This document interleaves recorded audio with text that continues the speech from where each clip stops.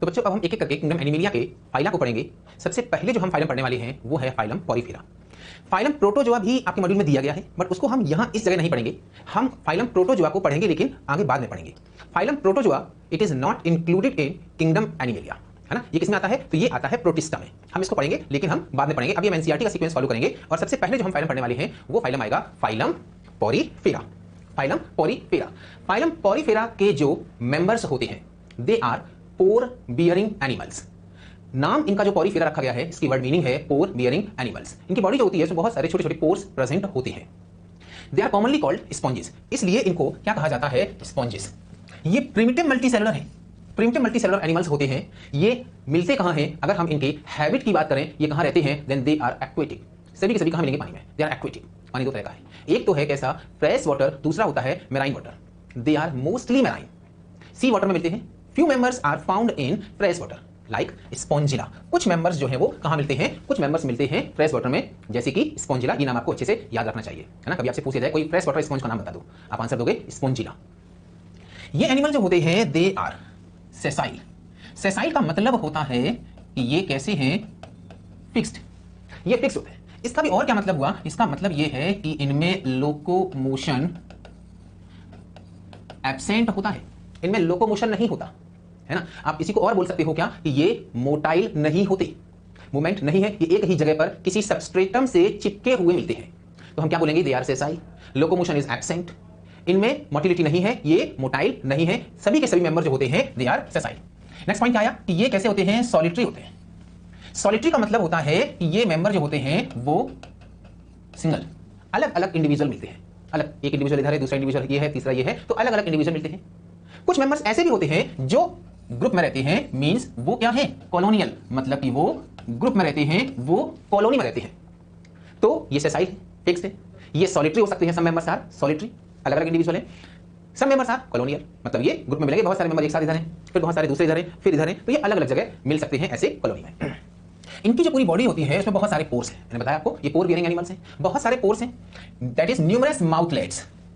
जो छोटे छोटे पोर्स हैं जो माउथ की तरह वर्क कर रहे हैं, उनको कहा जाता है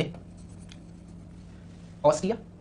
माउथ की तरह वर्क कर रहे हैं बिकॉज वाटर जो है वो इन्हीं पोर से होकर अंदर एंटर कर रहा है ना। तो ये किसके लिए है? For entry.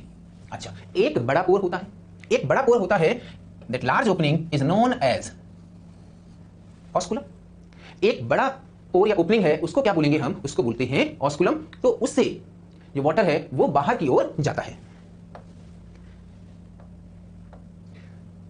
अच्छा, जैसे यहां आप देखोगे कि ये छोटे छोटे बहुत सारे पोर्स दिख रहे हैं, छोटे छोटे बहुत सारे पोर्स। इन छोटे छोटे पोर्स को क्या कहेंगे? ऑस्टिया। किसकी तरह वर्क कर रहे हैं? माउथ की तरह वर्क कर रहे हैं। क्यों? क्योंकि इनसे वाटर अंदर एंटर करेगा। This is one large opening, इसको क्या बोलते हैं? ऑस्कुलम। ये किसकी तरह वर्क कर रहा है? तो ये एनस की तरह वर्क कर रहा है। क्यों? क्योंकि वाटर जो है वो यहां से बाहर निकलेगा। बट बी रिमेंबर, ये माउथ और एनस नहीं है, ये केवल उनकी तरह वर्क कर रहे हैं, है ना। क्यों? क्योंकि अभी यहां पर केवल कौन सा लेवल ऑफ ऑर्गेनाइजेशन है? सेलुलर लेवल ऑफ ऑर्गेनाइजेशन है। तो माउथ और एनस जैसे ऑर्गन्स वगैरह यहां अभी नहीं है। स्पॉन्जेस होते हैं, इनके वेरियस फॉर्म एंड शेप्स हैं। कुछ इरेगुलर हो सकते हैं स्पॉन्जेस, कुछ स्पॉन्जेस ट्यूबुलर होते हैं, कुछ स्पॉन्जेस फ्लावर बास की तरह होते हैं, है ना। ये स्पॉन्जेस जो होते हैं they are asymmetrical, mostly they are mostly asymmetrical. इनमें सिमेट्री नहीं होती है। इस बात का मतलब क्या हुआ? They can not be divided into two equal parts. हम उनको डिवाइड नहीं कर सकते। इसका मतलब क्या है? Sponges they are mostly asymmetrical. कुछ स्पॉन्जेस ऐसे होते हैं जिनमें की सिमेट्री प्रेजेंट है, रेडियल सिमेट्री प्रेजेंट होती है। रेडियल सिमेट्री प्रेजेंट होती है, फॉर एग्जांपल किसमें प्रेजेंट है? साइकोन में प्रेजेंट है। और किसमें प्रेजेंट है? ल्यूकोसोलिनिया में प्रेजेंट है। रेडियल सिमेट्री, है ना। आपसे क्वेश्चन ये दे दिया, बताइए ये स्टेटमेंट सही है कि नहीं कि ऑल स्पॉन्जेस आर एसिमेट्रिक? आप कहेंगे नहीं, ये बात सही नहीं है ना। They are mostly asymmetric, few are radially symmetric. कुछ कैसे होते हैं? रेडियली सिमेट्रिक होते हैं। लेवल ऑफ ऑर्गेनाइजेशन कौन सा होता है इनमें? सेलुलर लेवल होता है, हम पढ़ चुके हैं इसको पीछे। Cellular level of organization present है। बॉडी प्लान कौन सा है? सेल एग्रीगेट टाइप का है। और इस बात का क्या मतलब है? इस बात का मतलब यह है कि body is formed by the aggregation of cells. Acoelomate होती है, सीलोम एब्सेंट होती है, सीलोम इज नॉट प्रेजेंट। ये एनिमल्स कैसे होते हैं? एसिलोमेट होते हैं। बॉडी वॉल की बात करें, बॉडी वॉल में आउटर लेयर को बोला जाता है पिनाकुलर, इनर लेयर को हम बोलते हैं कोएनोडर्म, मिडिल लेयर को कहा जाएगा मेसेंकाइम। जो आउटर पिनाकोडर्म लेयर है, this pinacoderm layer is made up of cell known as pinacocyte and porocyte. तो जो आउटर लेयर है पिनाकोडर्म, वो किससे बन रही है? वो बन रही है पिनाकोसाइट से, और वो बन रही है किससे? पोरोसाइट से। इनर लेयर कोएनोडर्म जो होती है, this layer is made up of flagellated cells, collar cells बोलते हैं, ऑल्सो कॉल्ड कोएनोसाइट। तो जो इनर लेयर कोएनोडर्म है, this choanoderm layer is made up of collar cell, choanocyte या फ्लैजिलेटेड सेल्स। ये जो कॉलर सेल होती है, ये कैरेक्टरिस्टिक सेल होती है फाइलम पॉरीफेरा की। कैरेक्टरिस्टिक सेल बहुत इंपॉर्टेंट सेल है, आपको याद रखनी है। Characteristic cell of phylum Porifera, तो क्या आंसर आएगा? तो आंसर आएगा choanocyte. Middle layer, it is known as mesenchyme, it is also known as mesohyl. इसका एक और भी नाम है क्या? मेसोहिल। ये जो मेसेनकाइम लेयर होती है, दोनों लेयर के बीच में प्रेजेंट है, जेलेटिनस या जेली लाइक लेयर होती है, जेलेटिनस या जेली लाइक लेयर होती है और इसमें प्रेजेंट होती है amoeba like cell. Amoeba like cell है तो हम उन सेल को क्या बोलते हैं? अमीबोसाइट। हम उन सेल को बोलते हैं amoebocyte. For example scleroblast, archaeocyte, है ना, और भी है, हम आगे उनको भी डिस्कस करते हैं। तो बच्चों बात करते हैं अब बॉडी वॉल की लेयर्स और इंटरनल स्ट्रक्चर ऑफ स्पॉन्ज। हमने क्या किया कि यहां पर एक ये स्पॉन्ज लिया और स्पॉन्ज का इस तरह से लॉन्गिट्यूडनल सेक्शन काट दिया। स्पॉन्ज का ये लॉन्गिट्यूडनल सेक्शन काटा तो हमें इसमें स्पॉन्ज का ये इंटरनल स्ट्रक्चर दिखाई दे रहा है। सबसे पहले तो जो स्पॉन्जेस होते हैं, पोरस होते हैं, इनकी बॉडी में बहुत छोटे छोटे पोर्स प्रेजेंट हैं। हम इन छोटे छोटे पोर्स को बोलते हैं ऑस्टियम। ज्यादा है तो क्या बोलेंगे? ऑस्टिया। किसकी तरह काम करते हैं? माउथ की तरह काम करते हैं। वाटर जो होता है वो इन्हीं ऑस्टियम से होकर स्पॉन्ज की बॉडी के अंदर एंटर करता है। तो स्पॉन्ज की बॉडी की सरफेस पर छोटे छोटे पोर्स प्रेजेंट हैं, हम उन पोर को क्या बोलते हैं? ऑस्टिया। ऊपर एक बड़ा पोर प्रेजेंट होता है, इसे बोला जाता है ऑस्कुलम। ये ऑस्कुलम किसकी तरह काम करता है? ऑस्कुलम काम करता है एनस की तरह। क्यों? क्योंकि वाटर जो है वो यहां से एग्जिट होता है, बाहर निकलता है। स्पॉन्ज की बॉडी जो होती है वो हॉलो होती है, हॉलो बॉडी होती है। इसका मतलब इसके अंदर एक कैविटी प्रेजेंट है। स्पॉन्ज की जो कैविटी है, स्पॉन्ज की कैविटी को कहा जाता है स्पॉन्जोसील। स्पॉन्ज की कैविटी को बोलते हैं स्पॉन्जोसील। इसी का एक और भी नाम है पैरागैस्ट्रिक कैविटी। एक और भी नाम है इसका पैरागैस्ट्रिक कैविटी। तो सरफेस पर बहुत सारे छोटे छोटे पोर्स, क्या? Ostium, ostium, ostium, ostium, hollow body, है ना। तो उसकी कैविटी को क्या बोला है? स्पॉन्जोसील। एक और नाम क्या बोला है? Paragastric cavity. ऊपर एक बड़ा पोर है, उसे क्या बोलते हैं? ऑस्कुलम। पानी जो होता है वो ऑस्टियम से होता हुआ स्पॉन्जोसील और ऑस्कुलम से होता हुआ आउट। अब बात करते हैं यहां पर बॉडी वॉल की लेयर्स के बारे में। सो ये क्या है? ये बॉडी वॉल है।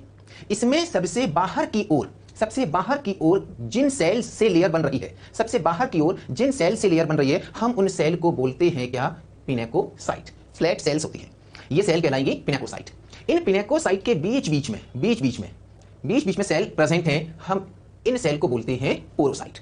तो पिनेकोसाइट और बीच में ये पोरोसाइट। तो पोरोसाइट जो है, इसी की बाहर वाली ओपनिंग को क्या कहा जाता है? ऑस्टियम। ये पिनेकोसाइट और पोरोसाइट मिलकर बनाते हैं आउटर लेयर, जिसे कहा जाता है पिनेकोडर्म। सो ये outer layer which is known as pinacoderm, made up of pinacocyte and porocyte. Inner layer जो होती है, inner layer made up of cells called choanocyte. जो इनर लेयर है स्पॉन्जेस की बॉडी वॉल की, उसे बनाने वाली सेल्स को कहा जाता है कोएनोसाइट। इसी का एक और भी नाम है कॉलर सेल। ये जो कोएनोसाइट है मिलकर जो लेयर बनाती है, हम उस लेयर को बोलते हैं choanoderm. So outer layer is pinacoderm, inner layer is choanoderm made up of choanocyte और कॉलर सेल्स। ये दो लेयर हो गई, नंबर 1, नंबर 2। इन दोनों लेयर के बीच में कौन कौन सी लेयर? एक तो लेयर हो गई ये पिनेकोडर्म, अंदर वाली लेयर हो गई कौन सी? कोएनोडर्म। इन दोनों के बीच में middle layer, this middle layer is known as mesenchyme, also called mesohyl. एक और भी नाम है इसका मेसोहिल। क्या बोलते हैं? मेसेनकाइम या फिर बोलते हैं इसको मेसोहिल। ये जो मेसेनकाइम लेयर होती है, ये जेली लाइक लेयर है, जेलेटिनस लेयर है। दोनों को चिपकाने का काम करती है। कौन कौन सी दोनों layer? Outer layer pinacoderm, inner layer choanoderm को बाइंड करने का काम करती है। इस मेसेनकाइम में सेल्स प्रेजेंट हैं। ये सेल जो होती है वो अमीबा लाइक है, अमीबा लाइक सेल है, तभी इनको कहा जाता है अमीबॉइड सेल, अमीबॉइड सेल्स। ये अमीबॉइड सेल्स होती हैं वो कई टाइप की होती हैं। इनमें से कुछ अमीबॉइड सेल जो होती हैं वो हैं आर्कियोसाइट। आर्कियोसाइट सेल जो होती हैं, ये सेल टोटीपोटेंट सेल है। ये टोटीपोटेंट होती हैं। इसका मतलब यह होता है कि आर्कियोसाइट से स्पॉन्जेस की कोई भी सेल बन सकती है। आर्कियोसाइट स्पॉन्जेस की और किसी भी सेल में मॉडिफाई हो सकती है। मींस आर्कियोसाइट से ही कोएनोसाइट बन सकती है, आर्कियोसाइट से ही पिनेकोसाइट बन सकती है, आर्कियोसाइट से पोरोसाइट बनती है। तो जो आर्कियोसाइट है वो और कोई भी सेल में मॉडिफाई हो सकती है, इसी प्रॉपर्टी को बोला जाता है टोटीपोटेंसी। तो आर्कियोसाइट जो होती है वो टोटीपोटेंट सेल है, वो अनडिफरेंशिएटेड सेल है।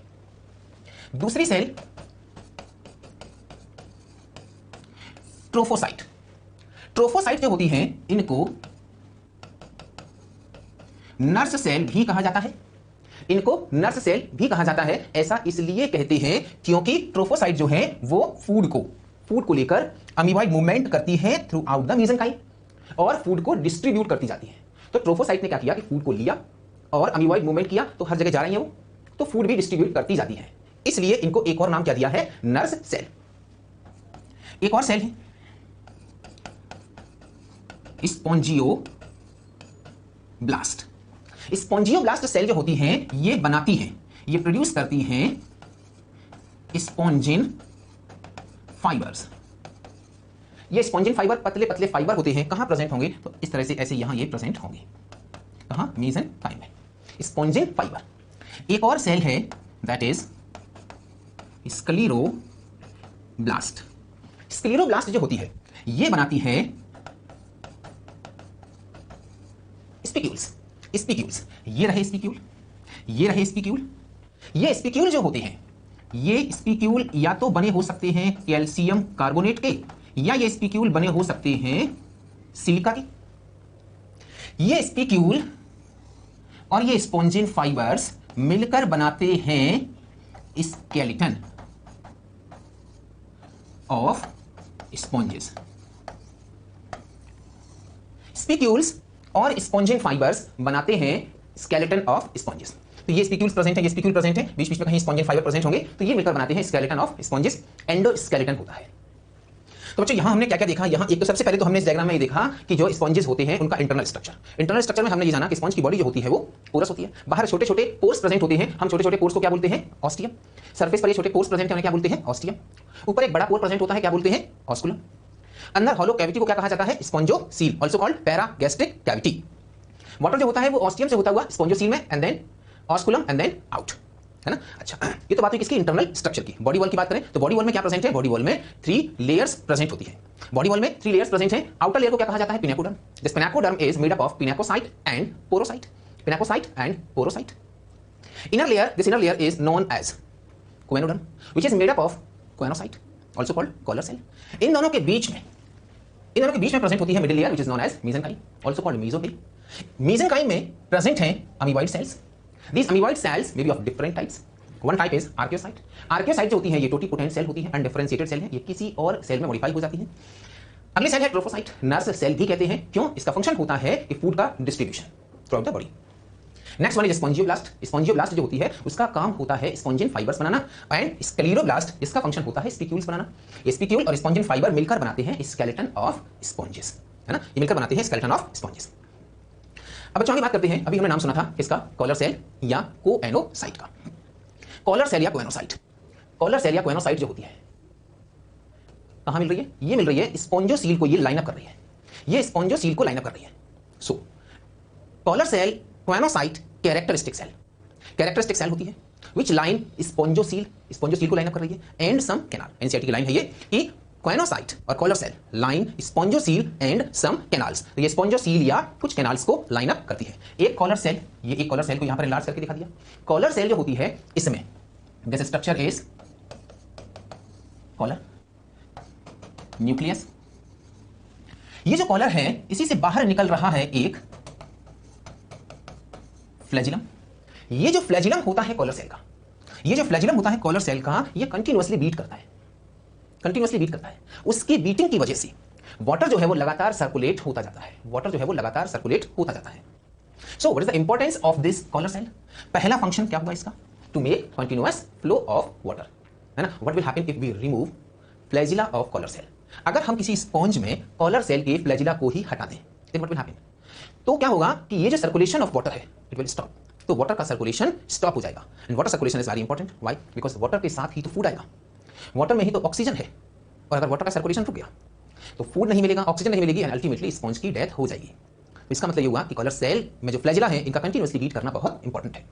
दूसरा, जब बाहर से वाटर आ रहा है तो इसी वाटर के साथ फूड पार्टिकल भी आया, वाटर के साथ ये फूड पार्टिकल आया, अब ये फूड पार्टिकल जो है वो फूड पार्टिकल ये कॉलर सेल के अंदर पहुंचा। ये जो फूड पार्टिकल है वो कहां पहुंचा? कॉलर सेल के अंदर। कॉलर सेल के अंदर पहुंचा तो कॉलर सेल के अंदर ये फूड पार्टिकल पहुंचता है। फूड पार्टिकल जो पहुंचे अंदर उनका अब डाइजेशन होगा फूड वैक्यूल्स में। बाहर से पानी आया, बाहर से जो पानी आया उसके साथ जो फूड पार्टिकल्स आए, फूड पार्टिकल्स कहां पहुंचे? कॉलर सेल में। कॉलर सेल के अंदर फूड वैक्यूल में फूड का डाइजेशन होगा। डाइजेशन सेल के अंदर हो रहा है, डाइजेशन सेल के अंदर हो रहा है तो ऐसा डाइजेशन क्या कहलाता है? Intracellular digestion. तो दूसरा फंक्शन क्या हो गया इस कॉलर सेल का? Intracellular digestion. दूसरा फंक्शन इसका हो गया इंट्रासेलुलर डाइजेशन, है ना। तो स्पॉन्जेस ने आपसे पूछा जाएगा कि बता दो डाइजेशन किस टाइप का होता है, एक्स्ट्रा सेलुलर या इंट्रासेलुलर? आप बोलोगे digestion is intracellular taking place in collar cell और क्वेनोसाइट, है ना। और जब ये डाइजेशन हुआ, इस सेल के अंदर डाइजेशन हुआ, सेल के अंदर डाइजेशन हुआ, वहां से जो न्यूट्रिएंट है, वहां से न्यूट्रिएंट ये लेके जा रही है कौन? ये सेल लेके जा रही है। हम इसे क्या बोलेंगे? इसे बोलेंगे ट्रोफोसाइट। इसने न्यूट्रिएंट्स को लिया, अब ये अमीबॉइड मूवमेंट करेगी। अमीबॉइड मूवमेंट करेगी तो फूड को डिस्ट्रीब्यूट करती जा रही है। इसीलिए तो इसका क्या नाम रखा गया था? Nurse cell. इसीलिए इसको बोलते हैं नर्स सेल। स्केलेटन का पॉइंट एक बार फिर से देख लें यहां पर। स्केलेटन जो होता है वो किससे बना होगा? स्पिक्यूल्स। स्पिक्यूल्स जो होते हैं वो या तो कैल्शियम कार्बोनेट के कैल्केरियस होंगे या फिर सिलिका के होंगे तो सिलिशियस होते हैं।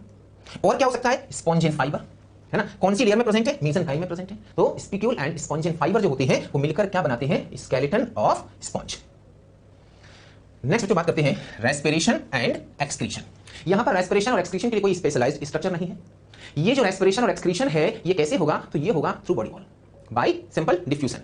सिंपल डिफ्यूजन की प्रोसेस यही रेस्पिरेशन और एक्सक्रीशन होता है ना। Excretory waste will be ammonia NH3।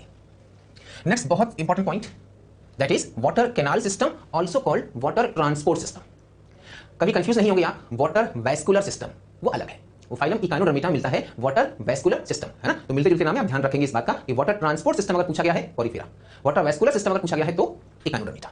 होता क्या है? ये जो कैनाल सिस्टम या वाटर ट्रांसपोर्ट सिस्टम है कैरेक्टरिस्टिक फीचर है, इंपॉर्टेंट बात है, कैरेक्टरिस्टिक फीचर है सभी स्पॉन्जेस का। स्पॉन्जेस में कुछ पोर्स और कैनाल्स, है ना, pores like ostia osculum canals हैं, है ना, स्पॉन्जोसील, कुछ पोर्स और कैनाल्स मिलकर एक सिस्टम बनाते हैं which is known as canal system and that is for the circulation of water, है ना। पानी के सर्कुलेशन के लिए ये सिस्टम इंपॉर्टेंट होता है। अब अगर पानी सर्कुलेट होगा, वाटर अंदर आएगा, वाटर अंदर आएगा तो फूड भी आएगा। तो इस सिस्टम का फंक्शन है, एक सिस्टम का फंक्शन क्या हो गया कि फूड गैदरिंग, क्या हेल्प कर रहा है ये? फूड कलेक्शन, फूड आ रहा है उसी वाटर के साथ। दूसरा रेस्पिरेटरी एक्सचेंज। रेस्पिरेटरी एक्सचेंज मतलब जब वाटर आएगा तो उसमें ऑक्सीजन भी होगी, ऑक्सीजन को ले लिया, CO2 छोड़ दी, है ना, और वो CO2 पानी के साथ out. Next one is removal of waste. जिस समय पानी जा रहा है तो जो बॉडी के एक्सक्रीटरी वेस्ट है वो भी बाहर निकलते जा रहे हैं। तो ये सिस्टम हेल्पफुल है किसमें? एक तो गैदरिंग ऑफ फूड, है ना, number 2 respiratory exchange, gaseous exchange respiration में, एंड तीसरा removal of waste that is excretion, है ना। वाटर जो होता है वो कैसे कैसे एंटर करेगा? सबसे पहले कहां? ऑस्टिया, ऑस्टिया से spongocoel, spongocoel osculum, and osculum से होता हुआ पानी बाहर निकल जाएगा स्पॉन्जेस की बॉडी से, है ना। देखते हैं यहां पर ये फिर से मैं क्या किया, कोई एक स्पॉन्ज लिया, उसका यहां पर ये लॉन्गिट्यूडनल सेक्शन है, सिंपल सेक्शन है। इसमें हम देखते हैं कि दिस इज आउटर लेयर, बोलिए आउटर लेयर का नाम क्या हो जाएगा? पिनेकुलम। मिडिल लेयर का नाम क्या हो जाएगा? मेसेनकाइम। इनर लेयर का नाम क्या हो जाएगा? कोएनुलम। छोटे छोटे पोर्स प्रेजेंट होते हैं, हम इन पोर को इनको वो क्या कहते हैं? ऑस्टिया। अंदर जो कैविटी है उस कैविटी को क्या कहा जाता है? स्पॉन्जोसील। मैंने एक और नाम बताया था, पैरागैस्ट्रिक कैविटी। अच्छा, ऊपर एक बड़ा पोर होता है ऑस्कुलम। तो जो वाटर का पैसेज होगा वो क्या होगा? सबसे पहले वाटर एंटर करेगा कहां? ये वाटर एंटर कर रहा है through ostia into spongocoel, then osculum and then out. तो सबसे पहले नंबर 1 पर कहां वाटर किसमें आया? स्पॉन्जोसील में, एंड देन ऑस्कुलम से होता हुआ आउट। सो ये आपको सीक्वेंस याद रखना है कि वाटर जो है वो ऑस्टिया से होता हुआ और कहां? ऑस्कुलम से होता हुआ बाहर जाता है। This is the passage. Important कितना है ये जो कैनाल सिस्टम है वो कितना इंपॉर्टेंट है कि वाटर सर्कुलेट हो रहा है। अब अगर स्पॉन्जेस की बॉडी में सोचो वाटर का सर्कुलेशन रुक जाए, what will happen if you apply wax over the body of sponge so that all ostia are closed. आपने क्या किया? वैक्स अप्लाई करके सारे ऑस्टिया को बंद कर दिया। अब अगर सारे ऑस्टिया बंद हो गए then water will enter will not enter. पानी एंटर नहीं कर सकता। अगर वाटर एंटर नहीं करेगा, फूड नहीं आएगा, ऑक्सीजन नहीं मिलेगी, वेस्ट बाहर नहीं जाएंगे, डेथ हो जाएगी। Okay, next what will happen if you apply a cork.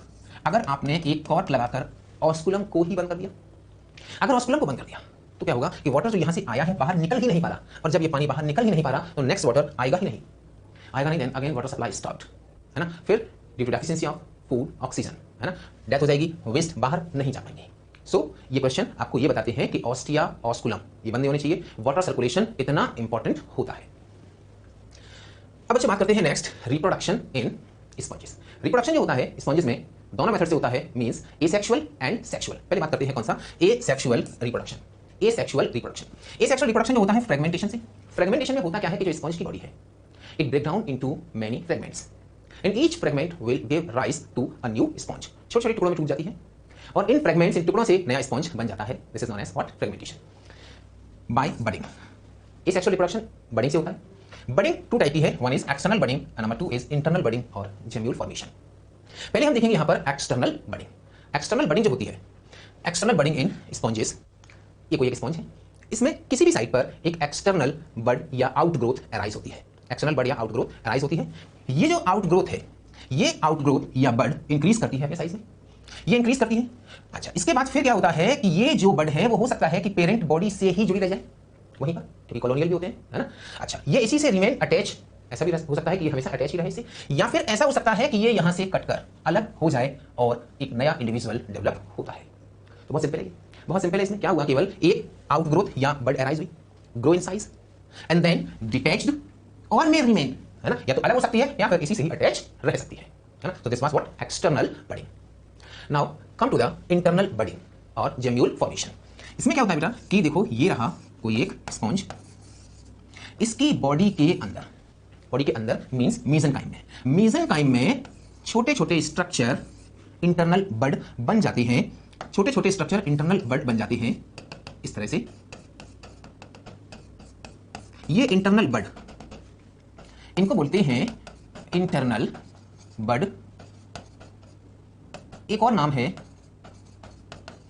Gemmules, internal बड या जेम्यूल। अच्छा, अनफेवरेबल कंडीशन की वजह से पेरेंट बॉडी जो होती है, this parent body may get destroyed, ये डिस्ट्रॉय हो गई, टूट गई। तो ये जो इंटरनल बड है ये फ्री हो गई, ये इंटरनल बड जो है वो फ्री हो गई, ये इंटरनल बड जो है वो फ्री हो गई, और ये इंटरनल बड ये रही यहां। जैसे ही फेवरेबल कंडीशन आएगी, जैसे ही फेवरेबल कंडीशन आती है तो इंटरनल बड से ये सेल्स बाहर निकलती हैं। ये सभी सेल्स बाहर निकलकर बनाती हैं न्यू स्पॉन्ज। अब यहां पर ये कौन सी सेल्स है, कौन सी सेल्स यहां पर कलेक्ट हुई हैं? तो ये सेल जो है कलेक्ट हुई हैं, इनका नाम है आर्कियोसाइट्स। आर्कियोसाइट्स, आर्कियोसाइट ही क्यों है? Because archaeocytes are totipotent, they can differentiate into any other cell of sponge. ये किसी भी और सेल में मॉडिफाई हो सकती है और ये नया स्पॉन्ज बनाएंगे। अच्छा, एक बार फिर से सुन लीजिए, इंटरनल बड क्या है? अनफेवरेबल कंडीशन में स्पॉन्ज की बॉडी के अंदर मेसेनकाइम में आर्कियोसाइट्स, आर्कियोसाइट्स होती है, they are surrounded by membranes. Archaeocyte membrane से घिर गई, आर्कियोसाइट मेम्ब्रेन से घिर जाती है और इन स्ट्रक्चर को क्या कहा जाता है? जेम्यूल। अनफेवरेबल कंडीशन की वजह से जो पेरेंट बॉडी होती है, स्पॉन्ज की जो पेरेंट बॉडी है वो डिस्ट्रॉय हो सकती है, ये डिस्ट्रॉय हो गई, ये यहां से जेम्यूल फ्री होकर एक नया स्पॉन्ज बना देते हैं। बच्चों, एसेक्सुअल रिप्रोडक्शन के बाद नेक्स्ट देखते हैं सेक्सुअल रिप्रोडक्शन। सेक्सुअल रिप्रोडक्शन में सबसे पहले हमें जानना होता है कि एनिमल जो है वो यूनिसेक्सुअल है या बाइसेक्सुअल है ना। यहां पर ये एनिमल जो होता है, दिस इज बाइसेक्सुअल और हर्माफ्रोडाइट। बाइसेक्सुअल और हर्माफ्रोडाइट, इसका मीनिंग ये होता है कि एक ही बॉडी में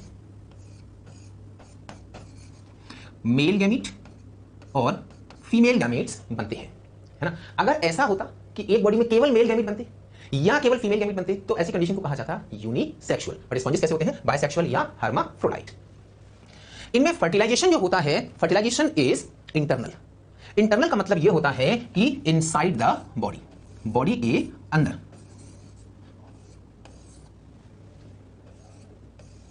बॉडी के अंदर फर्टिलाइजेशन होता है तो हम उसे क्या बोलते हैं?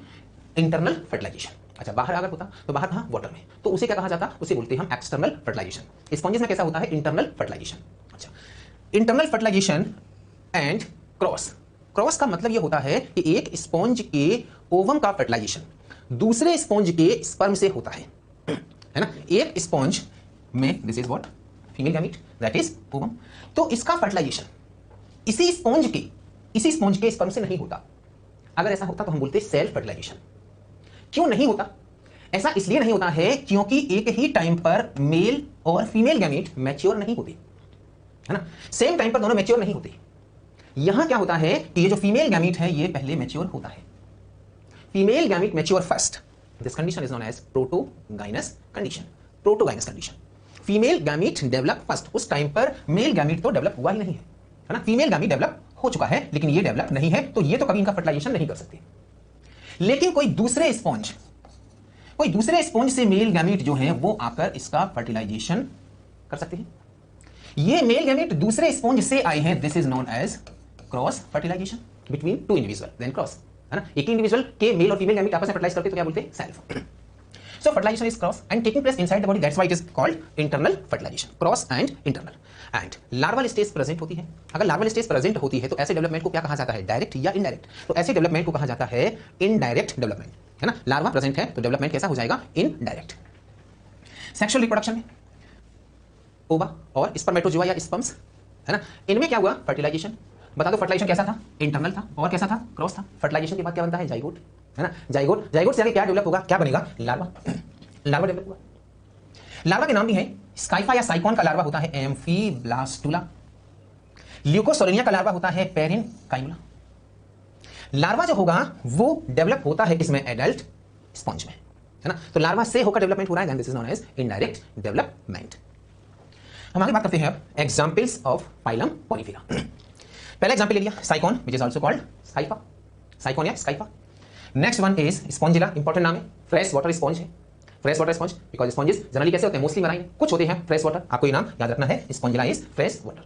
अच्छा, next example is you Spongia, also called bath sponge, bath sponge भी कहते हैं। इसमें आपको ये याद रखना है कि इसमें स्पिक्यूल्स एब्सेंट होते हैं, स्पिक्यूल्स नहीं होते हैं, तो क्या प्रेजेंट होंगे, केवल स्पॉन्जिन फाइबर प्रेजेंट होते हैं, स्पिक्यूल्स एब्सेंट होते हैं। Next example is Cliona which is also called boring sponge. Why it is called boring sponge? क्योंकि ये क्या करता है, पर्ल ऑयस्टर, मोलस्का के मेंबर है, पर्ल ऑयस्टर, पर्ल बनाने वाले ऑयस्टर, उनकी बॉडी पर चिपक जाता है और ऐसे केमिकल रिलीज करता है जिससे कि पर्ल ऑयस्टर की बॉडी पर पोर्स बन जाते हैं। पोर्स बन जाते हैं तो अब उनसे पर्ल नहीं बनते हैं, उनसे मोती नहीं बनते हैं, that's why it is harmful इसके लिए for pearl industry. Next example is Leucosolenia, smallest sponge है। नेक्स्ट एग्जांपल इज यूप्लेक्टिला, ये यूप्लेक्टिला जो होता है it is very beautiful, it is also called Venus flower basket, और इसको जापान में ब्राइडल गिफ्ट की फॉर्म में रिप्रेजेंट करते हैं, देते हैं। अब बच्चों सारे पॉइंट जो एक बार हम फाइलम पॉलीफेरा के अभी तक हमने जो पढ़े हैं उनको बहुत जल्दी से रिकॉल कर लें, रिवाइज कर लें।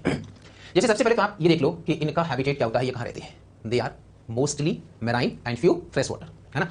हैबिट का पॉइंट आप ये बताओगे ये सेसाइल हैं या फ्री स्विमिंग है, तो ये सारे के सारे मेंबर कैसे होते हैं, सेसाइल होते हैं, फिक्स होते हैं, लोकोमोशन नहीं होता। नेक्स्ट आप बताइए कि लेवल ऑफ ऑर्गेनाइजेशन कौन सा लेवल है, सेलुलर लेवल है, टिश्यू लेवल है, ऑर्गन या organ system level, then answer क्या हो जाएगा, सेलुलर लेवल। सिमेट्री, ये मोस्टली कैसे होते हैं, asymmetric, few are radially symmetric, जैसे ल्यूकोसोरेनिया, साइकॉन। इनमें कैरेक्टरिस्टिक सेल कौन सी होती है, याद कीजिए, कॉलर सेल, एक और भी नाम लिया था कोएनोसाइट। कैरेक्टरिस्टिक फीचर कोई बता दीजिए तो आप बोल सकते हो क्या, केनाल सिस्टम। ये यूनिसेक्सुअल होते हैं या बाइसेक्सुअल, याद कीजिए बाइसेक्सुअल, इसी का एक और भी नाम लिया था हर्माफ्रोडाइट।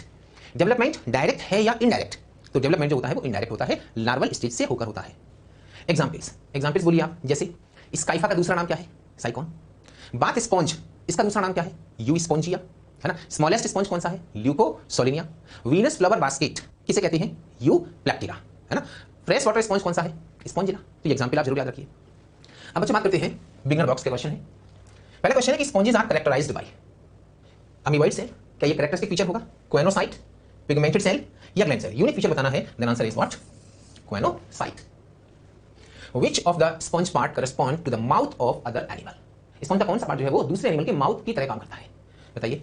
ऑस्कुलम करता है या स्पॉन्जोसील है, ऑस्टिया है या एनस है, माउथ की तरह ऑस्टिया। और अगर एनस की तरह पूछ लिया जाता तो क्या आंसर होता, तो आंसर हो जाता osculum. Bath sponge is common name of bath sponge, you Spongia.